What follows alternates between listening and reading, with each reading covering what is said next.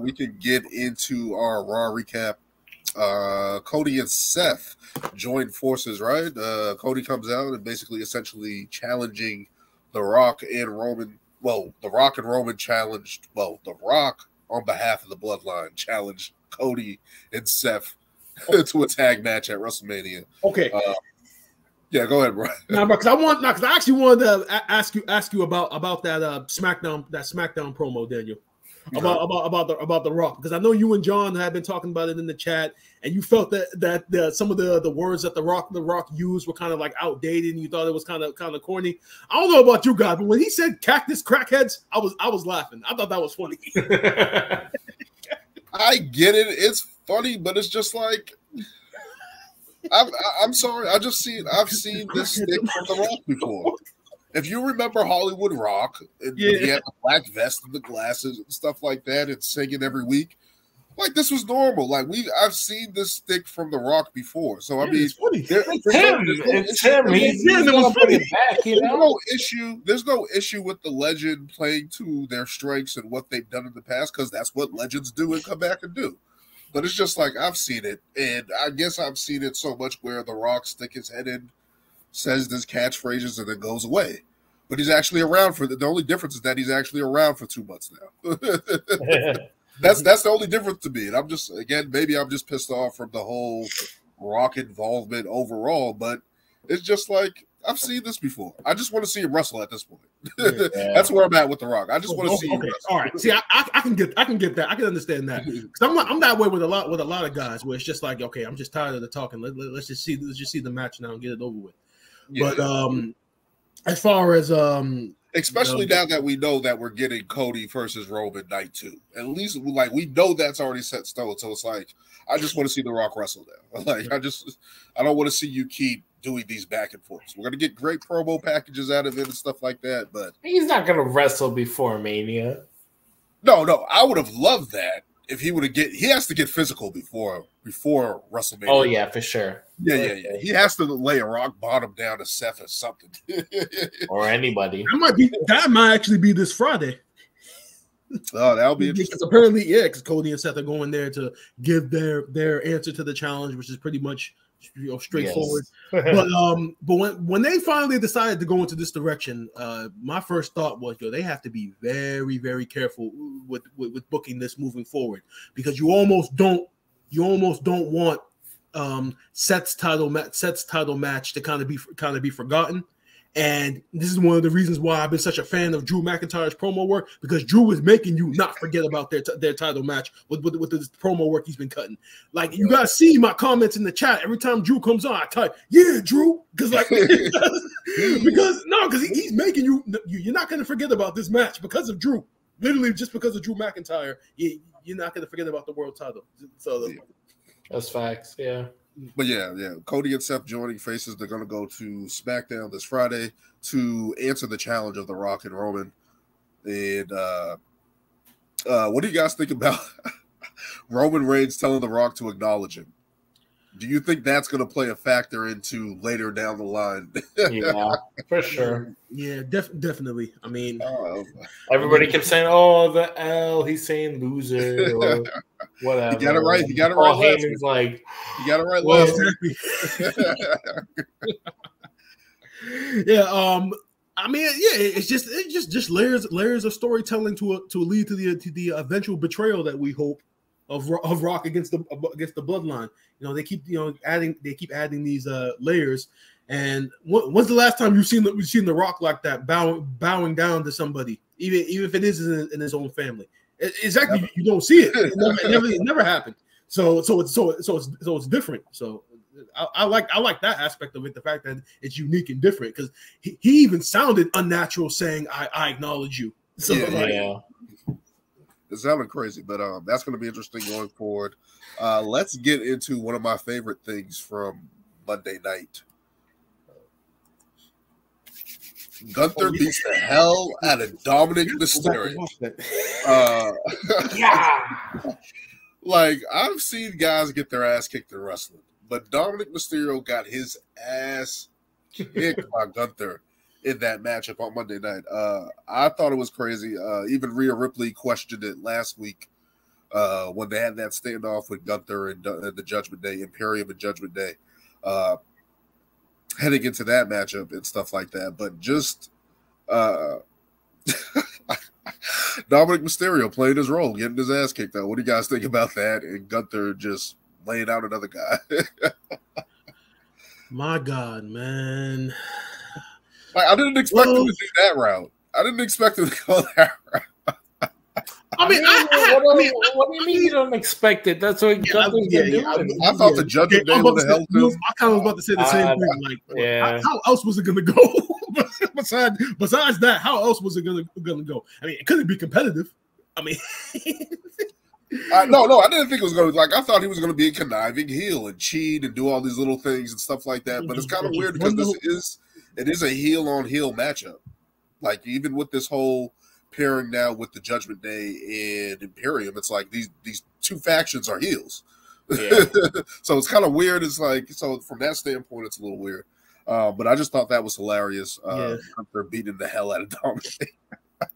I thought it was impressive. But we're going to be getting an Intercontinental Gauntlet match of what Lewis was alluding to earlier. I was really hoping that they were going to because I heard little reports about possibly a ladder match or some type of match at WrestleMania. So I was hoping, kind of a couple of years ago, with Daniel Bryan and John Moxley and those guys. Yeah. That should be the standard match. That should be it. I'm glad they didn't go in that direction. Only from the standpoint of, because Gunther's reign has been so significant over 600 days. I get that having the ladder match would protect him because he wouldn't have gotten pinned. But at the same time, because that title reign has been so significant, I almost want to see. Yeah, I need somebody to knock him off and to be made from knocking him off. So that's the only reason why I say that I'm glad they didn't go in the direction of the multi-man match. Now, based upon the participants in the Gauntlet match, I have them here. It's Bronson Reed, Chad Gable, JD McDonough, Ricochet, Sami Zayn, and Shinsuke Nakamura. How much you want to bet that Sami Zayn and Chad Gable are going to be the last two? Oh yeah, for sure. Ooh, that's a way to play with people's emotions. Exactly. That's exactly what they're going to do. Those two are going to be the last two participants. And if Sami loses, he has to turn heel. He can't keep losing. He can't keep losing. It's the same thing with Drew McIntyre. Maybe they're on the same frequency soon. No. But if you really want to build suspense, have those two be the last two, because then you don't know what direction they're going to go. The thing is that everybody in this match, especially the three guys I'm looking at, Bronson Reed, Sami Zayn, and Chad Gable. My pick is Chad Gable because it's like, I feel like that's such a star-making moment for him, especially with the work that he's been putting in, especially that last match. It's just like he should get that rub. He's been putting in the work for a long time, doing this Alpha Academy stick. He was healed, now he's a face. He has a faction behind him, and I just feel like it will be a feel-good moment for him. Sami Zayn desperately needs a win, and as Lewis has been chanting on this since last year, this podcast since last year, Bronson Reed needs something. Like, he's earned it. Like, is Ivar in this one too? No. He faced Sammy on Monday. Oh, he lost. Okay, but out of frustration because he wasn't one of the seven. Oh, we did not talk about the Michael Cole spot with the antlers. I thought that was great. I'm not gonna lie, because I was like, at least the last 2 Mondays, he's like, she's not wearing the antlers. Oh gosh, she's not wearing it. He's like, see, I didn't even notice that. That's why I was thrown off by it. I didn't even notice that on weeks upon weeks on commentary. I think it was last week. So I'm like, hold on, talking about, this is a thing. Why is she putting antlers on this head? I was confused because she came out. Didn't she come out at the Rumble with the antlers? But I think even before that, there were a couple of times on Raw where she would come out with it, like that was like her like headpiece. Yeah. And I think when the first time she did it, Michael Cole was like, "Oh my god, look at the antlers!" And then she didn't do it. So then he's like, "See, she didn't win because she didn't wear the antlers." Like, I think last week McAfee was like, "What is your obsession with these antlers?" He kept messing it up too. He was like horns, antlers, or whatever. But he freaked out when he's like, "Look, he has the antlers, and apparently everybody was paying attention to this because everybody was like these little stories within like characters commentary. Yeah, like it's cool. Definitely hilarious. But that was a great spot. Yeah, definitely. I don't think I've ever heard like Cole chants like in a long time. Yeah.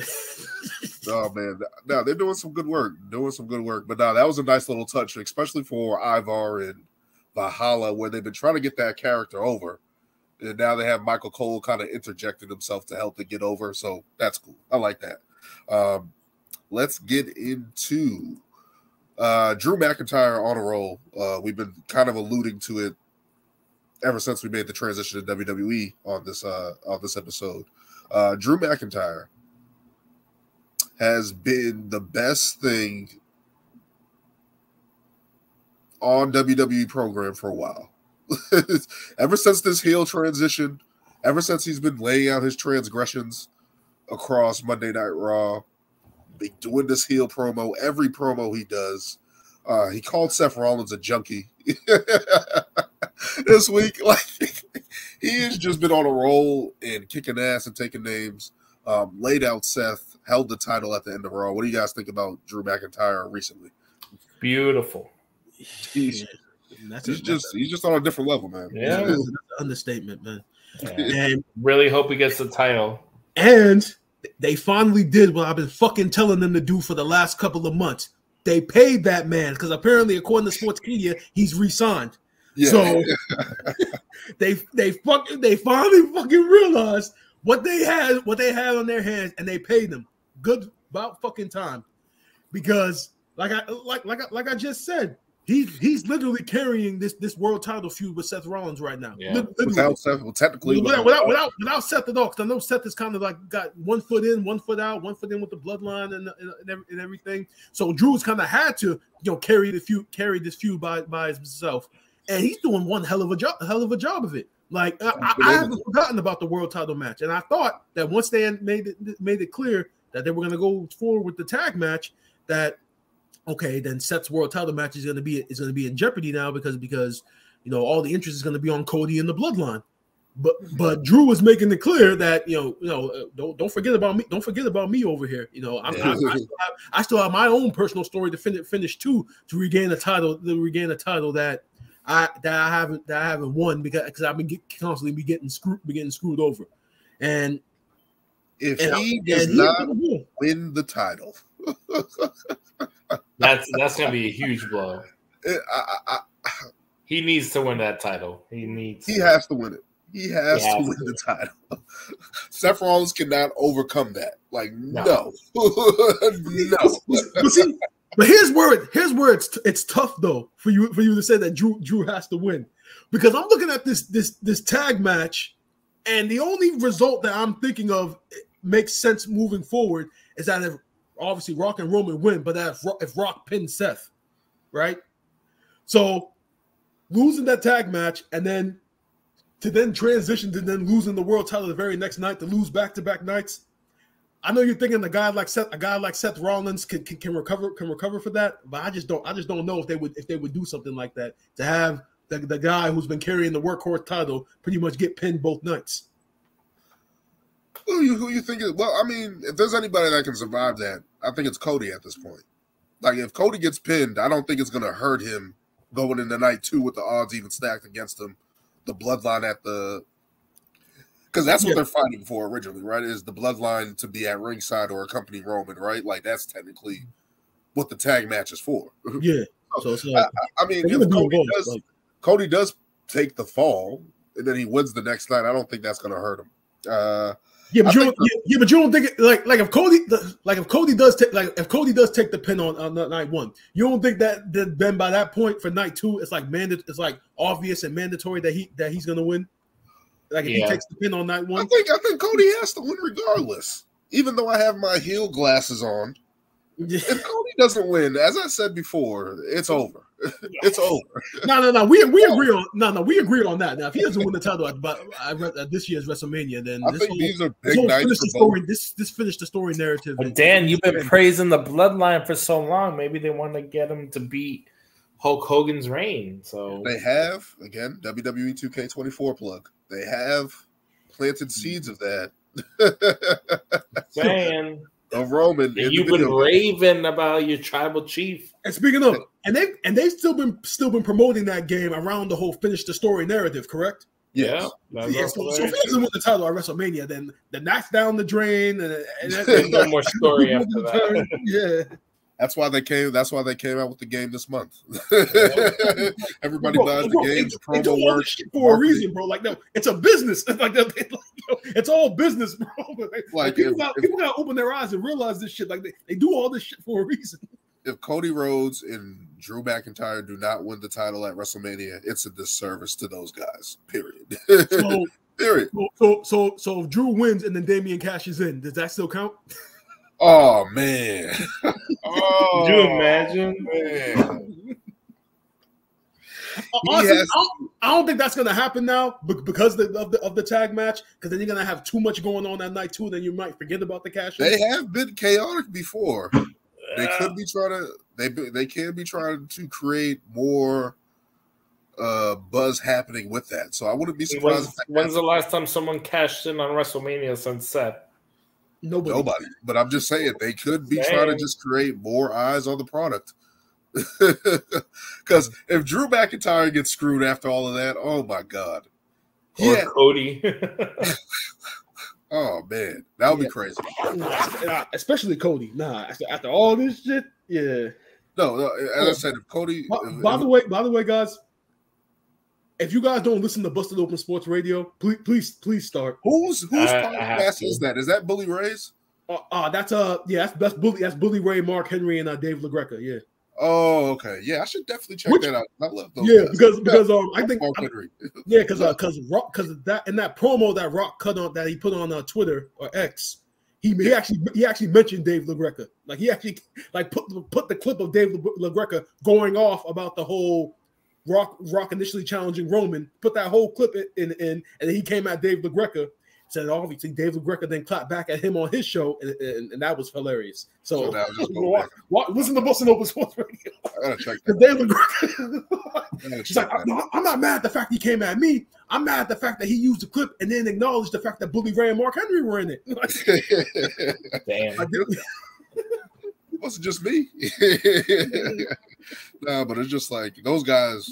I'm just saying they got to win. They're like, we can't play around.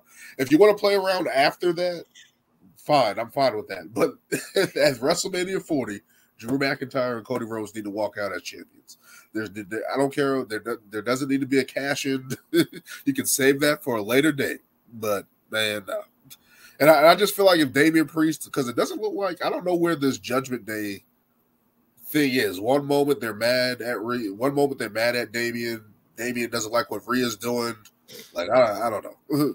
But Damian's calling the shots. Like, I don't know. I don't know what's going on. I don't know how long that's going to go on. But shit, man. As we continue, we're going to see what happens on Friday Night SmackDown. We got Okada coming out to join the All Elite. AEW. Sasha Banks, Mercedes Moné supposed to be appearing next week. So we're going to be having a lot of wrestling going down. We get the challenge on this Friday between Seth Cody and the Bloodline. Definitely going to see how that turns out as well. But thank you guys for joining me on this episode. Thank you guys for taking the time, especially with all the stuff going on, being patient. Hopefully we can get these episodes back up and running with more consistency. But thank you guys. Thank you guys for watching. Thank you guys for joining, listening on Spotify, YouTube. And until next time.